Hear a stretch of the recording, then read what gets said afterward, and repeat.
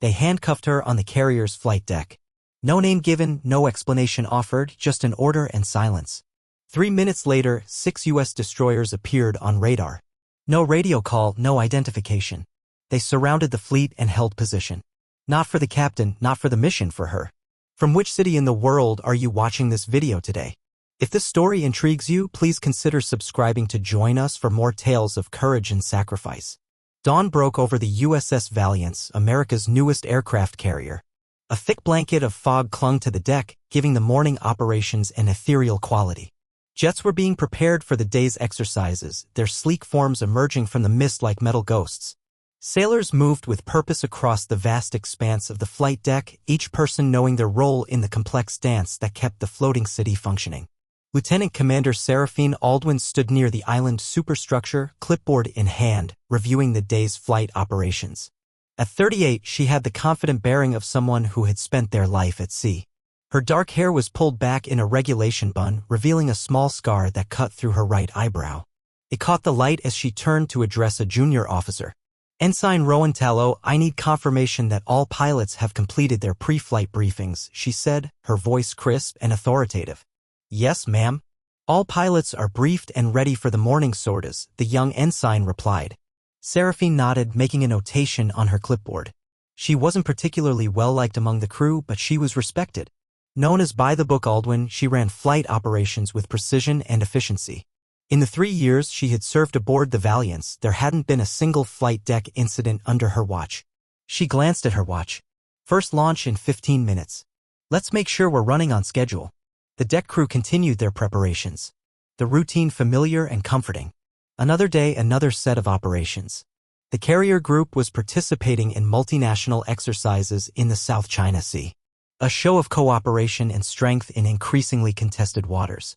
Seraphine had just finished approving a minor adjustment to the flight schedule when she noticed a change in the atmosphere on deck.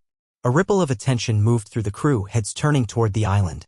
She followed their gaze to see 2 Marine military police officers approaching, their faces set in grim expressions. Something cold settled in her stomach. MPs didn't come to the flight deck unless there was trouble. Lieutenant Commander Aldwin, the taller of the two, said, though it wasn't really a question. They knew exactly who she was. "Yes, Sergeant," she replied, her voice steady despite the sudden tension. "Ma'am, you need to come with us." Before she could respond, the carrier's PA system crackled to life. The captain's voice rang out clear and emotionless. "Lieutenant Commander Aldwin, stand down from your station." The deck went quiet. Even the constant hum of machinery seemed to dim as dozens of eyes turned to watch. "May I ask what this is about?" Seraphine said, still calm, still dignified. The Marines didn't answer. Instead, one of them produced a pair of handcuffs. "Turn around, ma'am," he said quietly, almost apologetically. Seraphine's eyes widened slightly, the only indication of her surprise. She looked around at her division, at the people she had worked alongside for years. No one moved to intervene. No one spoke. Some even looked away. With deliberate slowness, she handed her clipboard to the stunned Ensign Tallow and turned around, placing her hands behind her back. The cold metal closed around her wrists with a decisive click that seemed to echo across the suddenly silent deck. The second MP stepped forward, removing her security clearance card from where it hung around her neck. Without a word, he took out a pair of scissors and cut the card in half, letting the pieces fall to the deck. "What is the meaning of this?" Seraphine asked, her voice still controlled but with an edge of steel. "Now I have a right to know the charges against me." Neither MP responded. From the corner of her eye, Seraphine could see the captain watching from the bridge, his face unreadable. When their eyes met, he turned away. Whispers began to ripple through the assembled crew. "Espionage," someone murmured. "Has to be." "Security breach," said another. "Always knew there was something off about her." A third voice added, just loud enough for her to hear. The MPs took her by the arms and began to escort her toward the island. As they passed Ensign Tallow, the young officer awkwardly stepped into the position Seraphine had just vacated, visibly uncomfortable with the sudden promotion. Seraphine walked with her head high, her face betraying nothing but dignity as members of her division either turned away or stared with open suspicion. 3 years of service, of shared missions and challenges, evaporated in an instant. Now she was something else, a threat. They led her below deck, through the carrier's labyrinthine passageways. Sailors flattened themselves against bulkheads to let them pass, eyes wide at the sight of a senior officer in handcuffs. Seraphine kept her gaze forward, refusing to acknowledge the stares or the whispers that followed in her wake. Finally, they reached a small sterile room deep within the ship, a secure holding area with reinforced doors and no windows except for a small observation port. One of the MPs gestured for her to sit at the metal table bolted to the floor. They removed the handcuffs, but only after the heavy door was securely closed behind them. Left alone, Seraphine rubbed her wrists and took stock of her situation. The room was deliberately disorienting with bright white lights that gave no indication of time passing. A security camera watched from one corner, its red light a constant reminder that she was being observed. Through the small observation port in the door, she could see a section of the corridor. And beyond that, a glimpse of one of the ship's command centers. There was unusual activity. Officers moving with greater urgency than normal exercises would warrant. She had been sitting there for nearly 40 minutes when the door finally opened again. Two men in civilian clothes entered, their expressions neutral to the point of blankness. Intelligence officers, Seraphine guessed, though neither wore identification. "Gentlemen," she said calmly, "I'd like to know what I'm being accused of." The taller of the two sat across from her, placing a thin folder on the table. The other remained standing by the door. "Lieutenant Commander," the seated man began, his voice carrying a slight Midwestern accent. "We'd like to ask you about Operation Stillwater." Seraphine's brow furrowed slightly. "I'm not familiar with any operation by that name." The man's mouth twitched into something that wasn't quite a smile. "That's interesting considering your involvement." "There must be some mistake," Seraphine said firmly. "I've never heard of Operation Stillwater." The standing officer snorted softly. "The hero act isn't necessary anymore, Commander." "This isn't an act," she replied, her patience beginning to fray. "I have a right to know what I'm being accused of and to have legal representation present during questioning." The seated officer opened his mouth to respond when a sudden alarm blared throughout the ship, the distinctive sound of battle stations being called. Both men tensed, exchanging glances. "We'll continue this shortly," the seated officer said, gathering his folder. They left quickly, the door locking automatically behind them. Alone again, Seraphine moved to the observation port, trying to see what was happening. The command center was now fully staffed, officers at every station. From her limited view, she could see one of the radar screens. It showed the carrier group and surrounding them in a perfect hexagonal formation. 6 vessel signatures that hadn't been there before. The door opened again, but instead of the intelligence officers, a young medical corpsman entered carrying a small kit. "Ma'am, I need to take a blood sample," he said, not meeting her eyes. "Why?" Seraphine asked. "Orders, ma'am. That's all I know." Seeing little choice, Seraphine extended her arm. As the corpsman prepared the needle, she noticed something strange about the medical bracelet he was readying. The service number printed on it wasn't hers. "There's an error on that bracelet," she said, her voice steady. "That's not my service number." The corpsman said nothing. He drew the blood quickly, labeled the vial with the mismatched information, and left without another word. Seraphine watched him go, her mind racing. First the destroyers, then the unknown operation, now a blood test labeled with someone else's identity. None of it made sense unless it was meant to. She turned back to the observation port. The corridor outside was still active. Officers moved with increasing urgency. Through the small window into the adjacent command center, she could just make out a radar screen. What she saw made her pulse quicken. The 6 unidentified destroyers remained in formation around the carrier group. They hadn't moved, hadn't responded to communications, hadn't fired a shot. Just held position, precisely, deliberately, impossibly synchronized. The captain's voice came over the comms system, calm but commanding. "This is not a drill. All personnel maintain stations and await further orders." The tone was unmistakable. Something was wrong, something beyond standard protocol. The radar technician was rapidly inputting authentication codes, sending challenges out into the void. None were answered. Seraphine stepped away from the door and moved to the small metal sink in the corner. She splashed cold water on her face, then looked up at the polished surface above the basin. Her reflection stared back, familiar yet suddenly distant. The scar above her right eyebrow caught the light. She touched it gently. A flicker of memory stirred. Not a moment, but a feeling. The faint sense of something long buried beginning to rise. She turned from the sink and sat back at the table, folding her hands in front of her. "Breathe. Focus." Something inside her whispered that the answers weren't external. They were locked within. The destroyers, the blood test, the mistaken ID number, Operation Stillwater, all of it pointed to a truth just beyond her reach. Her instincts, honed over 2 decades of naval service, told her this wasn't a misunderstanding. She wasn't here by accident. And whatever was coming next, she was at the center of it. She had barely settled into her thoughts when the door opened again. The two Marine MPs returned, but something had changed. Their posture was different, more formal, less aggressive.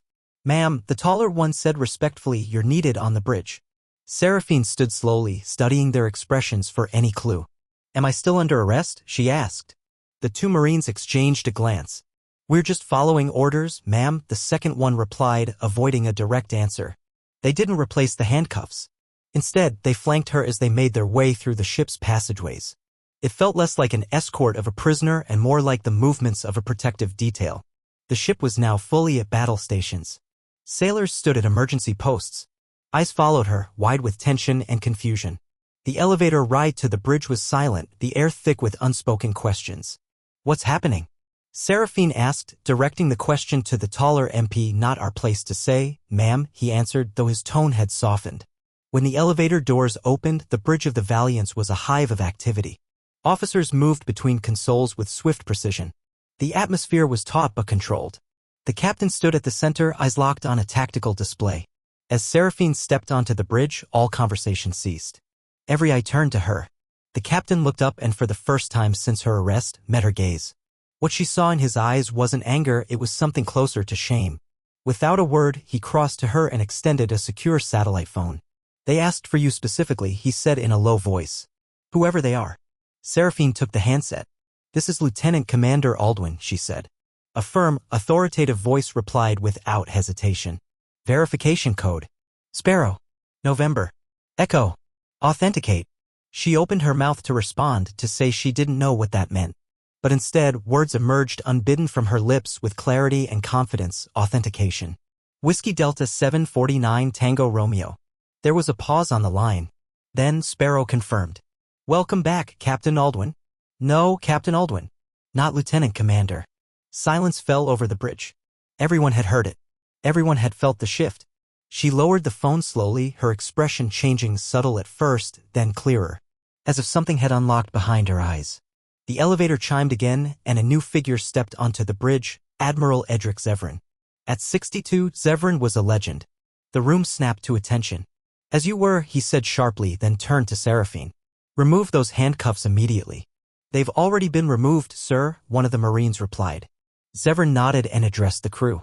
"What I'm about to say is classified at the highest level. Nothing leaves this room." He paused beside Seraphine. "This woman is not Lieutenant Commander Seraphine Aldwin. She is Captain Nimua Ravenkar, Naval Intelligence Deep Cover Operative for the past 8 years. A murmur moved through the room like a ripple. The captain's face showed both surprise and realization. Captain Ravenkar was embedded to uncover a plot to compromise our carrier fleet's defenses. Her arrest was the final signal to initiate extraction. Seraphine, no, Nimua, stood motionless as pieces of her forgotten identity began to return. The scar above her brow wasn't from training. It was the surgical mark from a transmitter implanted before the mission. The transmitter was dormant, Zevran continued. It activated only under specific biochemical conditions. The blood test confirmed them. Nimua whispered, "The signal." Zevran nodded. "The destroyers surrounding us? Those are hers. Commanded by members of her original unit." Nimua raised a hand to the scar and for the first time in years remembered its purpose. The identity of Seraphine Aldwin, the files, the service record, even her mannerisms had all been carefully constructed over years. But beneath them, Nimua Ravenkar had waited. Watched. Served. And now she was back. The radar officer called out, "Incoming communication from one of the destroyers. They're requesting to speak with Captain Ravenkar." The captain gestured to the comm station. Nimua crossed the room, accepted the headset, and with her real voice said, "Raven's Wing responding. Mission complete. Stand down, gentlemen." A beat of silence. Then a voice answered, full of warmth and pride. "Good to hear your voice, Raven. We've been waiting a long time for this call." Nimua closed her eyes briefly, letting the memory of that voice settle. She was home. And the mission was far from over. The voice in her earpiece was unmistakable, calm, steady, confident. "Identify yourself," Nimua said, though part of her already knew. "Commander Elias Vance, USS Defiant. Your old XO, though I've moved up in the world since Peregrine." Another piece of her true life clicked into place. Elias Vance, her executive officer from her last official command before she disappeared into the deep cover identity of Seraphine Aldwin. He had been one of the few officers she trusted implicitly, a man with unwavering loyalty and a sharp tactical mind. "It's good to hear your voice, too, Elias," Nimue replied, her voice softer, carrying a depth of emotion absent for years. "I take it the entire extraction team is composed of my former crew? Wouldn't trust anyone else with bringing you home, Captain?" The band got back together for one last mission. Nimue allowed herself the faintest smile, genuine, unguarded. "I appreciate that more than I can say." She turned to find Admiral Zevran watching her from across the bridge, his expression unreadable but his posture one of readiness. "The operation is entering its final phase," he said, walking toward her. "With your permission, Captain, I'd like to brief you on what happens next." "Of course, Admiral." Zevran led her off the bridge and into the captain's ready room. Once inside, the door closed behind them with a soft hiss, sealing off the noise of the ship. The Admiral's rigid bearing relaxed slightly. "You've done extraordinary work, Nimue. 8 years under deep cover. Most operatives burn out within 2 or 3. You held longer than anyone expected." "There were moments I barely remembered who I was," Nimue admitted, lowering herself into one of the chairs. "Seraphine Aldwin became real to me. Too real. That's why we embedded failsafes. The scar. The transmitter. The activation protocols. Anchors to your true identity just in case the lines blurred too far." Nimue nodded slowly, pieces of memory still shifting behind her eyes. Her training. The psychological barriers. The layered triggers. The quiet pain of watching life pass through borrowed eyes. "Talia Everhart," she said quietly, suddenly remembering. "The real woman. She was real, wasn't she?" "Yes. Lieutenant Commander Everhart died during a covert operation 3 years ago. No remains recovered. We needed a valid cover identity with clean service records. You honored her, Nimue." She sat in silence for a moment, absorbing that. For years, she had been a ghost wearing another's uniform, earning respect and suspicion under a name that had once belonged to someone else. "What happens now? You're coming in from the cold. The intelligence you gathered has already led to the arrests of 12 high-ranking conspirators, with more pending. The spy ring is collapsing. And me. After full debriefing, you'll be offered your choice of assignments. There's a destroyer in the extraction fleet that needs a commanding officer, the Intrepid. She's yours if you want her." The idea hit her like a sudden gust of wind, unexpected but exhilarating. Her own ship. Her name restored. Her authority no longer borrowed.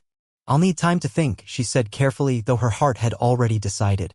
Zevran nodded. "Your extraction chopper will be here within the hour. We need to get you to Washington for debrief and secure transit." As they stood to leave, Nimue paused by the door. "The crew of the Valiants, they deserve to know something. They saw me as a traitor. They followed orders and turned on me. They deserve to know I was one of theirs." The Admiral considered this. "I'll authorize the captain to make a limited disclosure. Enough to clear your name without risking operational integrity." When they returned to the bridge, the atmosphere had shifted. The 6 destroyers had resumed standard escort positions. Communications were normalized. The crew was still tense, still adjusting to what they had just witnessed, but a semblance of control had returned. The comms officer called out, "Commander Vance reports extraction helicopter inbound. ETA 20 minutes. Nimue nodded in acknowledgement, then turned to the ship's captain. "Sir, with your permission, I'd like to change into the appropriate uniform before departure." The captain, still struggling to reconcile the woman he'd arrested with the operative standing before him, managed a respectful smile. "Of course, Captain Ravikar. I think we can find something suitable in the officer's store." As Nimue made her way to change, sailors cleared the passage, standing at attention. Eyes followed her again, but not with suspicion this time. With curiosity. Respect. Perhaps even regret. 15 minutes later, the flight deck was awash in the golden light of late afternoon. Crew members had gathered, forming a corridor from the island superstructure to the waiting helicopter. At the far end of the line, dressed now in full Navy captain's uniform, Nimue Ravenkar stepped onto the deck. She wore the same face they had known for 3 years, but everything else was different. She stood taller, carried herself with a natural authority that Seraphine Aldwin had only imitated. She passed the crew slowly, returning salutes with measured precision. The rumor mill had clearly quieted. Word had spread. They didn't know all the details, but they knew enough. As she neared the helicopter, she spotted Ensign Rowan Tallow standing at stiff attention, his expression tense. "Captain Ravenkar," he said, his voice formal and a little shaky. "I want to apologize for stepping into your position this morning. If I'd known it." "You followed orders, Ensign," she said gently. "That's what makes this ship work. You did what was asked. No apology necessary." Yes, ma'am, he replied, visibly relieved. Thank you, ma'am. Just before boarding, Admiral Zevran stepped beside her. His voice dropped. 12 conspirators are already in custody. More arrests imminent. Your work has saved the fleet, Captain. I was just doing my duty, Nimue said. 8 years of duty few others would accept. You gave up everything. Your name. Your identity. Your family. She looked toward the helicopter, then back toward the flight deck. What happened to the real Everhart's family?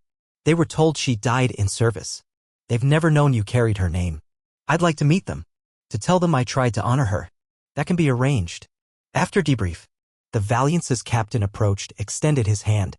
Captain Ravakar, on behalf of myself and my crew, thank you. And I'm sorry for what happened this morning.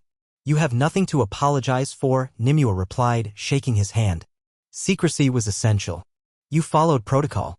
That's what kept the mission intact. He nodded. The offer still stands. The Intrepid is yours if you want her.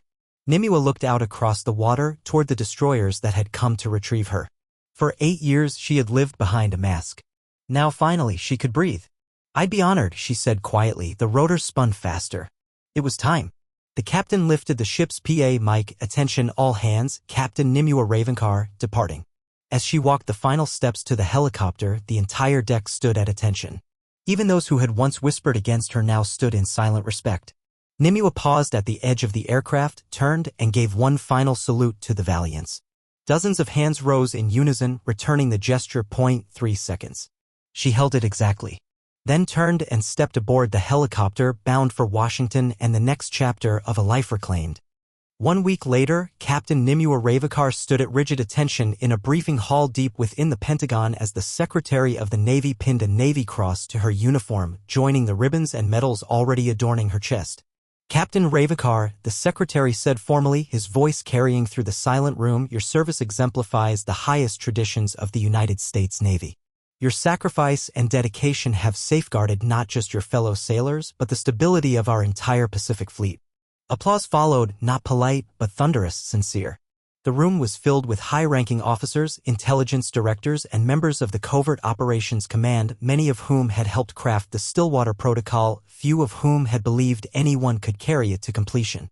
Nimue offered a crisp salute before stepping back, her posture perfect, her expression composed, though inside she felt a complex tide of relief, exhaustion, and the strange weight of stepping back into her own life after nearly a decade spent living as someone else.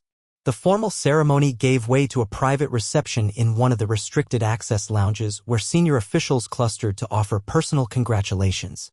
Nimue remained gracious, nodding at each handshake and accepting every commendation, though her thoughts drifted elsewhere to a different kind of ceremony she intended to attend later that day. After nearly an hour, she found herself standing alone by a tall window overlooking the Potomac River, the city's sprawl framed in hazy summer light. The moment offered quiet, and in it came the ghosts, fragments of memories from her time as Seraphine Aldwin, birthdays spent alone, family she could never call, the official Navy notification of her father's death, which she had received as Aldwin and grieved for in solitude, the friendships she had kept at arm's length, afraid that true closeness would unravel the fiction. 8 years of serving with honor under a name not her own. 8 years of purpose but not belonging. Penny for your thoughts, Captain? The voice came from a junior officer standing nearby, glass in each hand. Nimue turned. Lieutenant Hayes, she read from the nameplate, accepting the offered punch with a polite nod. Just reflecting. If you don't mind my asking, ma'am, Hayes said hesitantly, why did you agree to it? 8 years undercover, that's not a tour. That's a lifetime. Nimue took a sip of the drink before answering. Because sometimes the most important victories are the ones no one ever hears about. The ones that prevent disasters instead of responding to them. Hayes nodded slowly. Still, that kind of sacrifice. I don't know if I could do it. Nimue's expression was calm but edged with truth. Neither did I. Until I was asked. You'd be surprised what you're capable of when the stakes are high enough. The reception continued, but Nimue soon excused herself. A car waited to take her to her next destination, Arlington National Cemetery. Dressed still in her full formal uniform, she walked the winding rows alone until she reached the headstone she sought.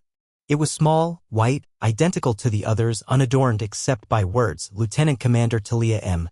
Everhart, United States Navy. Bronze Star. Purple Heart. Born March 12, 1987. Died June 4, 2022.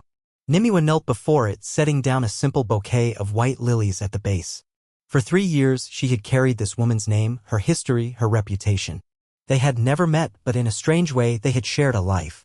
"Thank you for your service, Lieutenant Commander," Nimue said quietly. "I did my best to honor your name."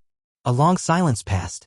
She remained there, not in mourning, but in gratitude for the identity that had protected her, for the officer whose legacy had become her shield. As she stood, she noticed an elderly couple nearby. The man wore a Navy veteran's cap, his face lined with quiet strength. The woman beside him dabbed at her eyes with a handkerchief. Nimue knew instantly who they were. Talia Everhart's parents. They approached slowly, respectfully. "Mr. and Mrs. Everhart," Nimue said, straightening, "I'm Captain Nimue Ravikar."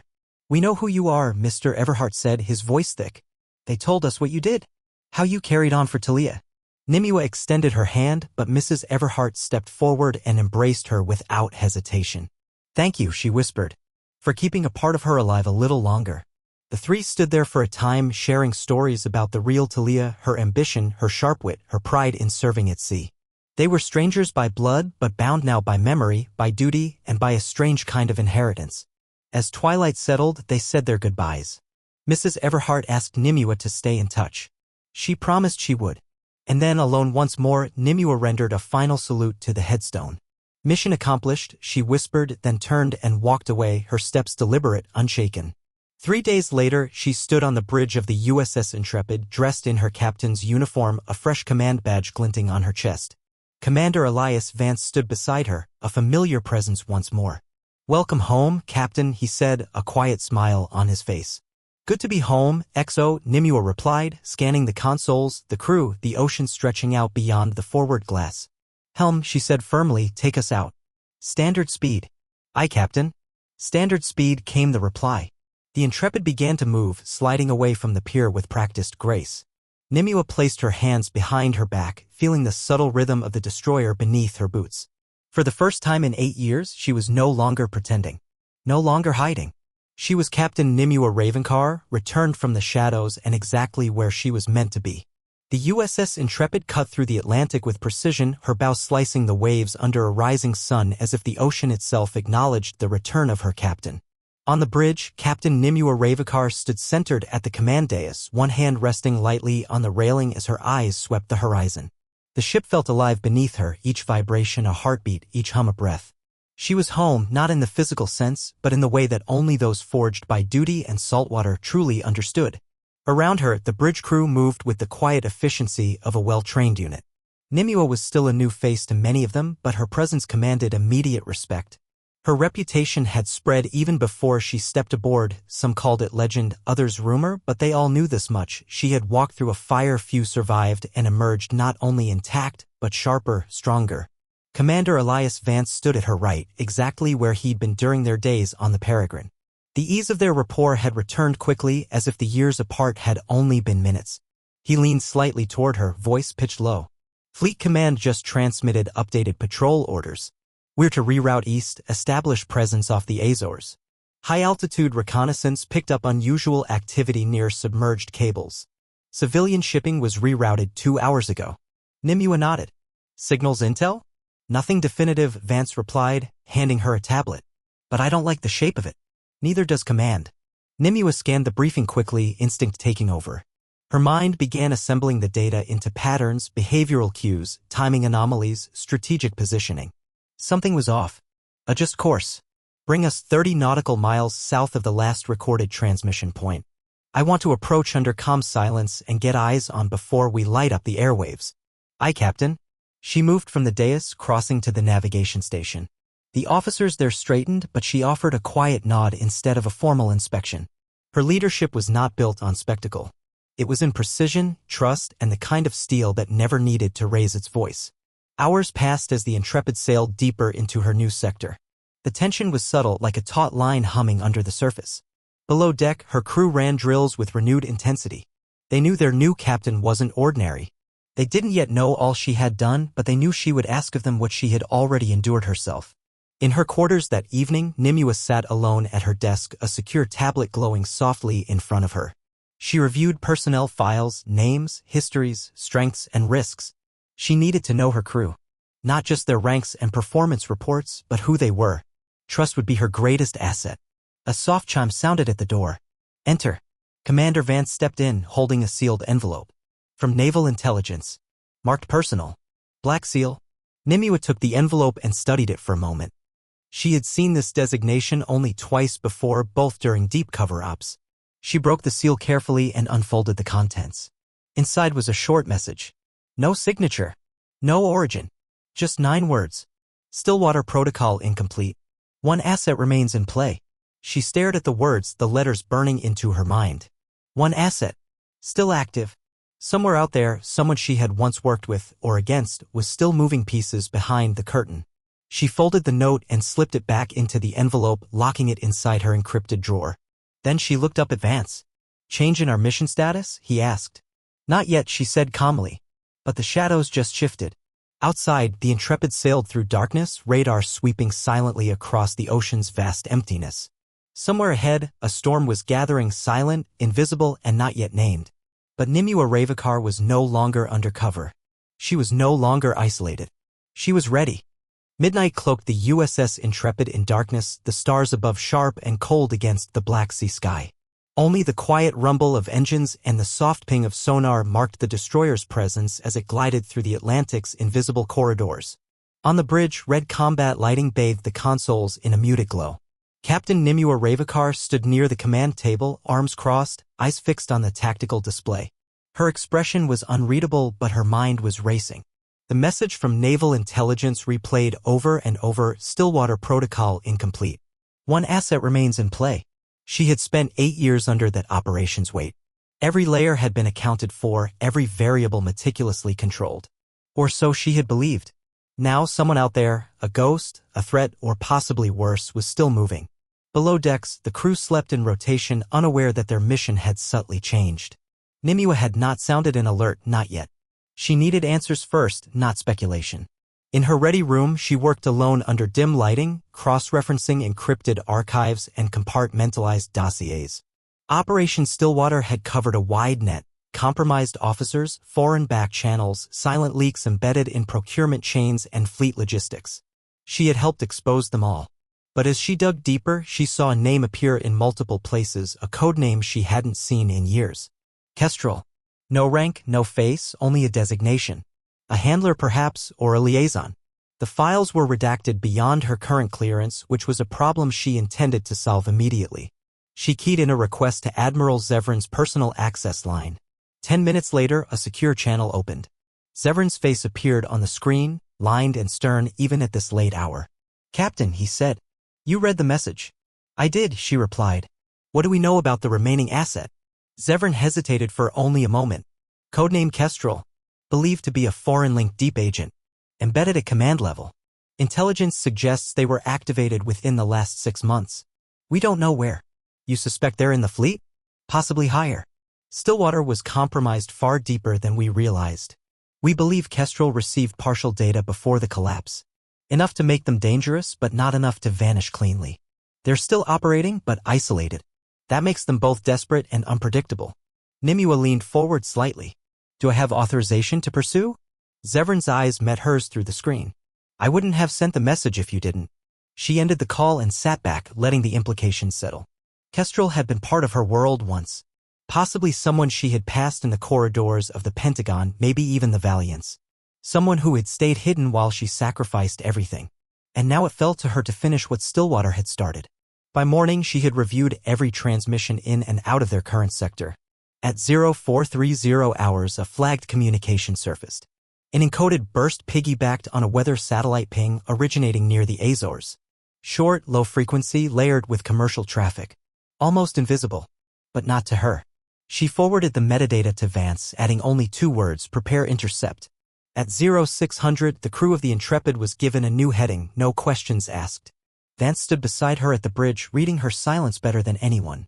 This isn't a cable threat, is it? He said quietly. No, Nimue replied. It's something worse. Stillwater. What's left of it? He nodded once. That was all he needed.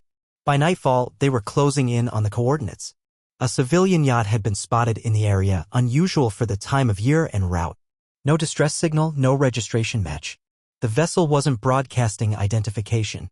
Nimue watched its image appear on the screen, small, sleek, efficient, and very much out of place. She issued orders with quiet authority: approach silent, launch drone recon, maintain electronic blackout. As the drone's feed came online, the yacht's deck came into view. 2 figures aboard. One at the helm, one seated near the bow, motionless. No weapons visible. No flags. Nothing. And then the figure at the bow turned, just slightly, toward the drone. Toward them. Even from that distance, Nimue felt it, an awareness. Not surprise, not fear. Recognition. Whoever they were, they knew she was coming. The drone caught the glint of something in the person's hand, metallic, compact. Not a weapon. A signal beacon. A challenge. Nimue stepped away from the screen, already issuing the order: prepare boarding team. I'm going with them. Captain, Vance started. You know I have to object to. Noted, she said. But this started with me. It ends with me. 15 minutes later, under cover of darkness, a rigid inflatable boat was lowered into the sea. Nimue, clad in tactical gear, took her place at the front. The sea was calm. The stars above were mercilessly bright. As they neared the yacht, her breath slowed. Focus sharpened. The final piece of Stillwater was waiting.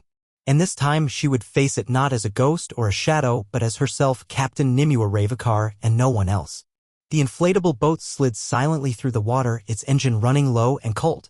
Moonlight glinted faintly on the waves, casting silver streaks along the dark hull of the civilian yacht ahead. Captain Nimue Ravekar crouched near the prow, eyes fixed on the vessel's silhouette, one hand steady on the rim, the other resting near her holstered sidearm. Around her, the boarding team moved with practiced precision: 4 operators from the Intrepid's security detail, faces obscured, weapons lowered but ready. No one spoke. They didn't need to. This was no ordinary boarding. This was something else, something meant to be quiet, fast, final. As they reached the yacht, the team split smoothly, 2 climbing up from port, 2 from starboard. Nimue was the last to ascend, her boots landing soundlessly on the polished teak deck. The ship was eerily silent. No alarms, no resistance. Just the soft creak of rope and hull and the constant whisper of the sea. Her comm buzzed softly. Deck clear, came the low voice of Petty Officer Caro. No movement aft. Nimue responded with a double click, then moved forward, her steps measured. The seated figure on the bow hadn't moved. As she neared, the outline became clearer: an older man, silver-haired, wearing civilian clothes and no apparent gear. A pair of dark glasses rested on his face despite the night. In his right hand, loosely gripped, was a small encrypted beacon, deactivated. Not transmitting. Just held like a calling card. You're late, the man said without turning. His voice was calm, dry, familiar. Too familiar. Nimue froze. That voice? It wasn't just from a report. It was from memory. Buried deep, muffled by years of false identities and operational fog, but it was there. Take off the glasses, she said. The man chuckled and slowly removed them, turning his head slightly. In the dim moonlight, she saw the shape of his features. Older, thinner, but unmistakable. Her pulse jumped. Commander Reese Calderon, she said aloud. You're supposed to be dead. I know, he replied evenly. But they buried the wrong man. For a moment, the entire world seemed to tilt. Reese Calderon, former ONI strategist. Her field handler during the earliest phase of Stillwater. Declared Kia 7 years ago during an off-the-books extraction gone wrong. His death had marked a turning point in the mission and in her life. Kestrel, she said, her voice sharp now. It's you. It always was, he said, looking out over the water. You just didn't know it. Nimue stepped forward slowly, every instinct taut. You were part of Stillwater. You helped design it. I did, Calderon nodded. I helped build the system that broke us. And when I saw what was coming, what they were really planning, I went dark. So you let them believe you were dead. Why now? Because it's not over, he said quietly. You think it is. You exposed the ring. You dismantled the network. But that was only the visible part. Stillwater was never just about naval intelligence. It was a containment strategy. A safeguard. For something buried deeper. Something even the admirals won't touch. Nimue's eyes narrowed. You expect me to believe this is bigger than foreign infiltration? I expect nothing, Calderon said. But you've seen the patterns. The false IDs. The blood tests. The signals no one could trace. I didn't call you here to stop me. I called you because you're the only one left who can finish it. Finish what? The second protocol. Calderon's gaze met hers for the first time. In it was something Nimue couldn't place. Not guilt. Not pride. Something closer to warning. Stillwater was just phase 1. Phase 2 was blacklisted. Buried even deeper. I sabotaged it before they could activate it. But someone we missed, they've brought it back. And they're already inside. Nimue felt the shift inside her, the cold return of operational focus. Inside what? Fleet Command, Calderon said. Strategic weapons. Possibly even the oversight systems of Project Mercury. The words landed like ice. Project Mercury wasn't on any public register. A last resort defense program. Hypothetical until now. Proof, she asked. Calderon gestured toward the small encrypted case beside him. Everything I salvaged. Names. Signals. Locations. Including one embedded on your carrier group. Someone who survived your purge. Nimue reached down and retrieved the case. It was warm. Recently accessed. Authenticated. Genuine. You expect me to trust you, she said. You disappeared. You let me believe you were dead. Because if you'd known I was alive, they would have used you to find me, Calderon said. You were their prize, Nimue. Their perfect operative. Even when you weren't sure who you were, they were. And they watched everything you did. She stared at him. You think I was being monitored? You were being tested, he said. Still are. A beat of silence passed between them. The wind shifted. Somewhere behind her, the boarding team waited, watching. Nimue exhaled slowly. You're coming with us, she said at last. You'll brief me personally. Calderon didn't resist. He simply stood, beacon still in hand. Then I hope you're ready, Captain. Because this time, there's no extraction. And no one is clean. As they moved back toward the RHIB, the lights of the Intrepid glowed faintly on the distant waves. But to Nimue, they looked dimmer now. Shadows had returned. Stillwater hadn't ended. It had only gone deeper. The RHIB sliced back across the waves, the USS Intrepid growing larger with each passing minute, her form now lit by the low amber tones of night watch. Captain Nimue Ravakar sat beside Reese Calderon in silence, one hand loosely gripping the secure case he'd handed her, the other resting near her thigh holster, not out of fear, but readiness. Calderon's presence beside her was surreal.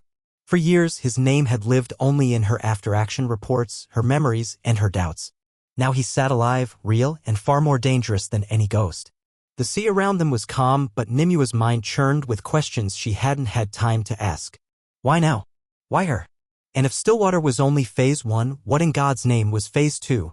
As the RHIB docked, Vance was waiting at the stern gate. His eyes went first to Calderon, then to Nimue, then to the black case in her hands. He didn't speak, not until all boots were on deck and the yacht had been secured by the standby crew. Did he surrender it? Vance asked quietly. Voluntarily, Nimue replied. And you believe him? Nimue met his eyes. I believe the data. I'll verify the man later. She turned to Calderon. You're confined to quarters under observation. Not a brig cell, but guarded. Don't mistake that for leniency. Wouldn't dream of it, Calderon said smoothly. I've missed Navy coffee anyway. Vance led him away with 2 armed escorts while Nimue headed straight to the CIC. The black case remained locked to her wrist until the door slid shut behind her in the secure briefing room. Alone, she keyed in her biometric code and opened it. Inside were 2 drives, one optical, one solid-state, and a small stack of redlined paper files. The first drive loaded silently into the encrypted terminal and data began to scroll, no headers, no summaries, just raw information. Cipher codes, schematic traces, surveillance stills, embedded ID keys, names, ranks, some crossed out, some circled, some very much alive. Then the phrase appeared, Helix Directive, Mercury Phase Activation confirmed, and every fiber in Nimue's body went cold. The Helix Directive was myth among deep intelligence circles, a black operation supposedly too dangerous to be allowed even on internal servers. It had never been confirmed, never proven to exist. And yet here it was, embedded in Stillwater's deepest archive, activated by a group Calderon claimed had survived the dismantling. Nimue flipped through the files, heart racing. One photo stopped her cold. It was grainy, time-stamped only a week ago. A face she recognized. A man currently stationed aboard the Valiance. Her former CO, Captain Emmerich Davran. She stared at it, stunned. Davran had ordered her arrested, overseen her extraction, stood at the center of a betrayal that had turned out not to be one. But what if he'd known? What if it wasn't confusion or protocol, but misdirection? She loaded the second drive and more data came. Communications logs. Internal memos. Redacted orders from command channels that shouldn't have existed. The scope was overwhelming. This wasn't just about aspiring. It was systemic. Rooted. Strategic. And if Mercury Phase was active, then what Stillwater had tried to prevent, total systems compromise, was already in motion. Nimue reached for the internal comm, Commander Vance. Secure conference room. 5 minutes. Bring Lieutenant Halley from Signals and anyone cleared TSSCI. "Aye, Captain," came the immediate reply. 5 minutes later, they were inside, the drives replicated to isolated terminals, the files projected across the wall. Vance scanned them with military efficiency. Hallie, younger but razor-focused, began cross-referencing in real time. "Captain," she said, voice tight, "this is bigger than Mercury. This involves ScepterNet, our satellite command links." Nimue leaned in. "Explain." "The Helix directive isn't just a failsafe. It's a sleeper override meant to hijack fleet assets in the event of leadership collapse. But these codes, they're not defensive. They're preemptive. Someone's preparing to trigger mass realignment. Fleet-wide?" "Worse," Hallie said, typing faster. "Fleet and civilian command coordination. Comms relays. Power grid assets. Maritime satellite tracking. This isn't infiltration. It's reconfiguration." Vance looked at Nimue. "Someone's trying to rewrite the entire command lattice." Nimue stood still for a moment, mind locked, heart steady. Then she spoke, clear and precise. "We have less than 72 hours until the Valiance completes her patrol and reconnects to orbital comms. If Davran's involved and he uploads anything from Mercury, it could cascade." "Do we alert command?" Vance asked. Nimue hesitated. "If we alert the wrong person, it could accelerate. We need confirmation. Quietly. Securely." She turned to Hallie. "Start isolating every transmission from the Valiance in the past 10 days. Look for routing anomalies, ghost packets, off-cycle relay bursts. Then to Vance. Prep a recon team. I want to be ready to board her within 36 hours if we have to." "Are we assuming Davran's a hostile actor?" Vance asked. Nimue's voice was steel. "I'm assuming nothing. But if he's transmitting Helix code, I'm not giving him the benefit of the doubt." As the meeting adjourned, Nimue stepped aside to a private terminal and sent a single encrypted message, level Omega priority. "Stillwater breach confirmed. Mercury phase active. Requesting temporary command blackout clearance. Eyes only Zevran." She signed it with her original identifier, Ravenska-01. The storm had returned not as whispers or shadows, but with names, faces, and a deadline. And this time, Nimue Ravikar wasn't going undercover. She was going to war. The wind howled across the flight deck of the USS Intrepid as dawn approached, casting a pale indigo hue across the steel surface. Below decks, the ship thrummed with quiet intensity. Every section, every station was awake. Not with noise, but with purpose, the kind that didn't need alarms or shouting. The kind that traveled through a command silently preparing for something it couldn't yet name. Captain Nimue Ravikar moved swiftly through the ship's narrow corridors, her pace controlled, each step echoing with resolve. In her hand was a fresh dispatch from Naval Command, encrypted, routed through 3 relays, and tagged with Admiral Zevran's personal cipher. She had requested command blackout clearance. What she got in return was limited but enough. Ravenska-01 authorized for Shadow Protocol execution. Operation name, Fallout Veil. Objective, containment and neutralization of Helix elements. Full discretion granted. Use of force permitted. It was war, not declared, not broadcast, not even acknowledged. But Nimue knew what it was. A war of systems. Of silence. And of trust. She convened her core command team in a low-lit conference compartment adjacent to the CIC. Commander Vance stood across from her, arms folded, jaw clenched. Lieutenant Hallie, exhausted but razor-sharp, was already uploading telemetry to the tactical display. 2 additional officers had been cleared overnight, Chief Warrant Officer Leda Harrow, Cyberforensics, and Lieutenant Kieran Voss, Logistics and Counterintel. All handpicked. All trusted. Nimue faced them squarely. "This stays in this room," she said. "If any part of this leaks, we lose our window." She activated the display. The image of the USS Valiance appeared, marked by coordinates less than 12 hours ahead of her planned rendezvous with Satellite Command uplink. "We have credible intel that Helix code was seeded into the Valiance's systems during the final Stillwater phase. Calderon believes the trigger mechanism is tied to that uplink, possibly activated by Davran himself. If that upload completes, we risk a full-blown override of fleet coordination protocols across multiple sectors." Vance raised an eyebrow. "Do we have confirmation he knows he's a carrier?" "Not yet," Nimue said. "He may be a vector. He may be a conductor. Or he may be the architect." She pointed to the screen. "But what I do know is this: if we don't isolate that ship before she links, we may not be able to take her back without a fleet-wide shutdown." Hallie stepped in. "Telemetry analysis confirms a pattern of encrypted bursts from the Valiance's comm arrays, non-standard, off-sync with her normal cycle. We traced one through a weather satellite reroute, same signature as the beacon Calderon was holding." "And her IFF logs?" Nimue asked. Clean, but too clean, Hallie replied. Scrubbed and re-injected. Someone's managing her footprint to look exactly like a ship with nothing to hide. Nimue nodded. Which is exactly what a ship hiding everything would do. She turned back to the team. We're going to intercept under the guise of a readiness inspection standard protocol under Shadow Authority. We'll transmit the order 10 minutes before arrival. Vance, you'll lead the bridge contact. I'll board personally with Harrow and a black team. Calderon is coming too. Voss blinked. You're bringing him aboard the Valiance? He knows the failsafe triggers. And the embedded architecture. If Helix code is active, I need someone who's already danced with it. Vance didn't object out loud, but Nimue saw it in his shoulders. The risk. The calculation. The weight. I trust him, she said simply. Until he gives me a reason not to. Preparation was swift. Within the hour, the Intrepid altered course and increased speed. By mid-morning, the Valiance appeared on radar, silent, stately, oblivious. A floating fortress unaware it had become a loaded weapon. The intercept order was transmitted, priority read. Fleet Shadow Directive. Readiness Protocol 9. The Valiance responded within 5 minutes. Captain Davran confirmed receipt. No protest.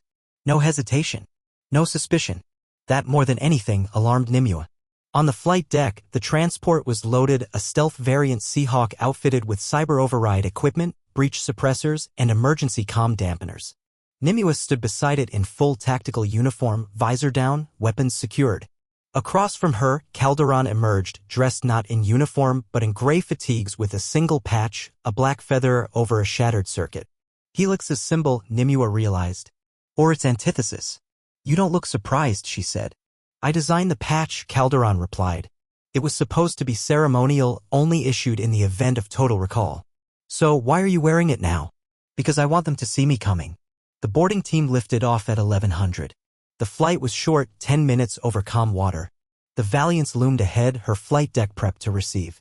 As they approached, Nimue stared down at the ship that had once been her prison and her proving ground. Now it was her battlefield. The Seahawk touched down with practiced grace. Nimue led the way out, boots hitting steel with deliberate rhythm. The welcome party was small, Davran and 2 of his officers. His face was neutral, but his eyes searched hers with unreadable depth. Captain Ravenkar, he said. Unexpected. Shadow Protocol, she replied. You've read the directive. I have, he said smoothly. Shall we proceed? She nodded once, then motioned to Vance to take the bridge team. Harrow and Calderon fell in behind her. As they moved through the Valiance's corridors, Nimue watched everything, the 2 clean surfaces, the timed door access, the way the crew looked past her, never quite meeting her eyes.